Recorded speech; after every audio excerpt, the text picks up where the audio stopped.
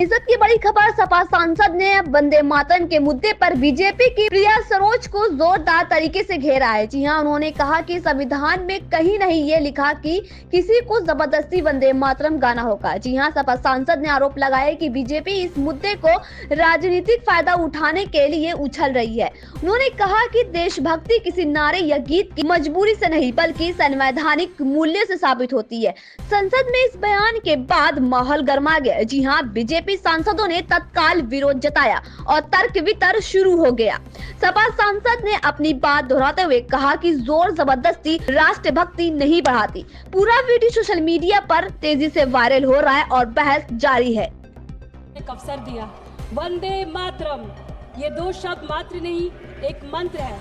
जब बंकिम चंद्र चटर्जी ने इसे 1870 में रचा और जब 1896 में गुरुदेव रविन्द्रनाथ टैगोर ने इसे मंच से पहली बार गाया, तब ये कोई सरकारी आदेश नहीं था, ये उस समय के दबे हुए भारतीय आम जनता की पुकार थी।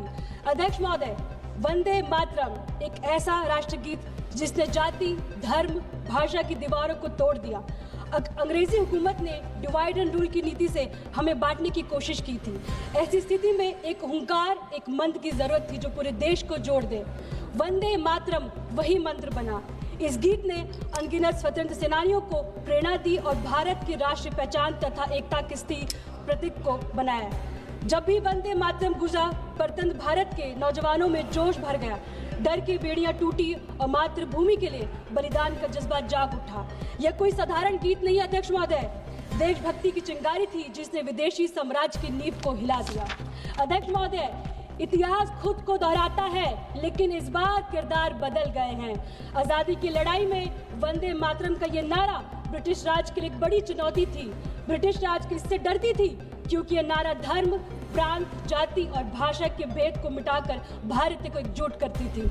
ब्रिटिश राज का हथियार था फूट डालो राज करो, मतलब डिवाइड एंड रूल, और आज भी देश में वही होता दिख रहा है। अध्यक्ष महोदय, मौजूदा बीजेपी सरकार भी धर्म और जाति के आधार पर देश को बांटकर उसी डिवाइड एंड रूल की राह पर चलती नजर आ रही है। अध्यक्ष महोदय, ब्रिटिश राज की तरह अब मौजूदा सरकार भी वंदे मातरम की सच्ची ताकत से शायद डरती है क्योंकि यह नारा एकता का प्रतीक है। यही वजह है कि इन्होंने एकता को मजबूत करने की बजाय उसी नारा को इस्तेमाल कर देशवासियों को बांटने के लिए कर दिया है। ये देशभक्त का सर्टिफिकेट बांटते हैं कि कौन देश को मानता है और कौन नहीं, लेकिन ये देश की जनता अच्छी तरह समझ चुकी है कि जो लोग देशभक्त को सर्टिफिकेट की कैद करते हैं वो असल में देश की एकता से खौफ खाते हैं। अध्यक्ष महोदय, मैं कहना चाहूंगी, तुम संसद में घूम रहे हो वंदे मातरम की शोर से, तुम संसद में घूम रहे हो वंदे मातरम की शोर से, और देश जल रहा है महंगाई के, बेरोजगारी की जोर से। ये कैसा प्रेम है उस माँ से, ये कैसा प्रेम है उस माँ से जो भूखे बच्चों को सुलाती है। तुम्हारी नीति तो बस अमीरों की तिजोरी को प्यार से सहलाती है। अध्यक्ष महोदय, मैं आपको ध्यान वाली बात कहती हूँ, संविधान निर्माताओं ने राष्ट्रगान और राष्ट्रगीत को जनता पर थोप जाने लायक नहीं समझा। उन्होंने जनगण मन को राष्ट्रगान, वंदे मातरम को राष्ट्रगीत का सम्मान दिया, पर कहीं यह नहीं लिखा कि हर नागरिक को जबरदस्ती गाना होगा। इसका मतलब साफ है, देशभक्ति दिल से होनी चाहिए, दिखावे के लिए नहीं। आजाद भारत ने इसे लोगों की पसंद और श्रद्धा पर छोड़ने का बेहतर समझा। अध्यक्ष महोदय, हमारे राष्ट्रगीत वंदे मातरम के 150 वर्ष पूरे होने पर मैं आप सभी को बधाई देती हूँ। यह हमारे लिए गर्व का विषय है, पर क्या केवल गर्व कर लेना पर्याप्त है? जिस भारत माँ की हम बात करते हैं उसकी संतानों की आज क्या स्थिति है? देश से किए वादों और स्वतंत्रता के मूल्य को हम कितना निभा पाए? अध्यक्ष महोदय, आज की बहस असल में वंदे मातरम को लेकर नहीं है। असल सवाल ये है कि देशभक्ति का मतलब क्या बताया जा रहा है। आजादी के समय देशभक्ति में सबको साथ लेकर चलना, एक दूसरे की समझ को रखने और आगे बढ़ने की सोच थी। देशभक्त का मतलब लोगों की सेवा करना। आज देशभक्ति का मतलब बना दिया गया है सिर्फ नारे लगाओ, सवाल मत पूछो। अध्यक्ष महोदय, संसद के शीतकाल सत्र की शुरुआत में ही सरकार ने जोर दिया कि पहले दिन वंदे मातरम पर चर्चा हो, इसलिए इन्होंने इस पर राजनीति गरमा दी, वह भी कुछ महीने पहले। क्यों? ताकि खुद को देशभक्ति का एकमात्र ठेकेदार साबित कर सके, जबकि विपक्ष चुनावी सुधार जैसे गंभीर मुद्दों पर चर्चा करना चाहती थी, यानी महंगाई, बेरोजगारी, प्रदूषण, चुनावी सुधार बाद में, पहले वंदे मातरम पर सियासत होना जरूर है इनके मुकाबले। ये स्पष्ट है कि मौजूद हंगामा सिर्फ ध्यान भटकाने और भावनाओं को भड़काने का साधन है। अध्यक्ष मुझे 2 मिनट बोलने दीजिए।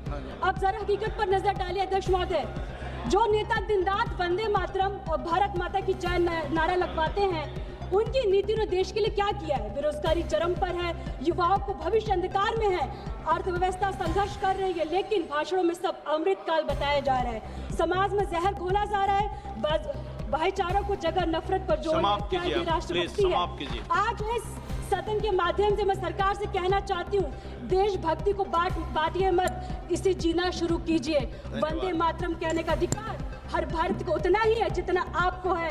मैं छोटे से निवेदन के साथ समाप्त करना चाहती हूँ, हम सब वंदे मातरम की भावना को दिल से अपनाएं। इस बहस की किसी धर्म या दल की लड़ाई मानने से बजाय इस भारत की एकता के प्रतीक बने। मैं इस देश के हित में सरकार को आगाह करती हूँ, राष्ट्र प्रेम को दिखावे की राजनीति से ऊपर उठे। अध्यक्ष महोदय, आपने वंदे मातरम को अपना नारा बना दिया, हमने इसे माँ की पुकार समझा। आपने इससे वोट मांगा, हमने इससे आजादी पाई। अध्यक्ष महोदय, आपने इसे बांटने का जरिया बनाया, हमने इसे जोड़ने की कसम खाई। आपने इसे मंच पर गाया अध्यक्ष महोदय, आपने इसे मंच पर गाया, हमने इसे खेत खलियान और जेल और शहादत में जिया। अध्यक्ष महोदय, जब आप बहस करते हैं वंदे मातरम पे, तो मैं दिल से बात कहती हूँ, आप नहीं समझे थे, ना आप समझेंगे। वंदे मातरम, जय हिंद, जय भारत, जय समाजवाद।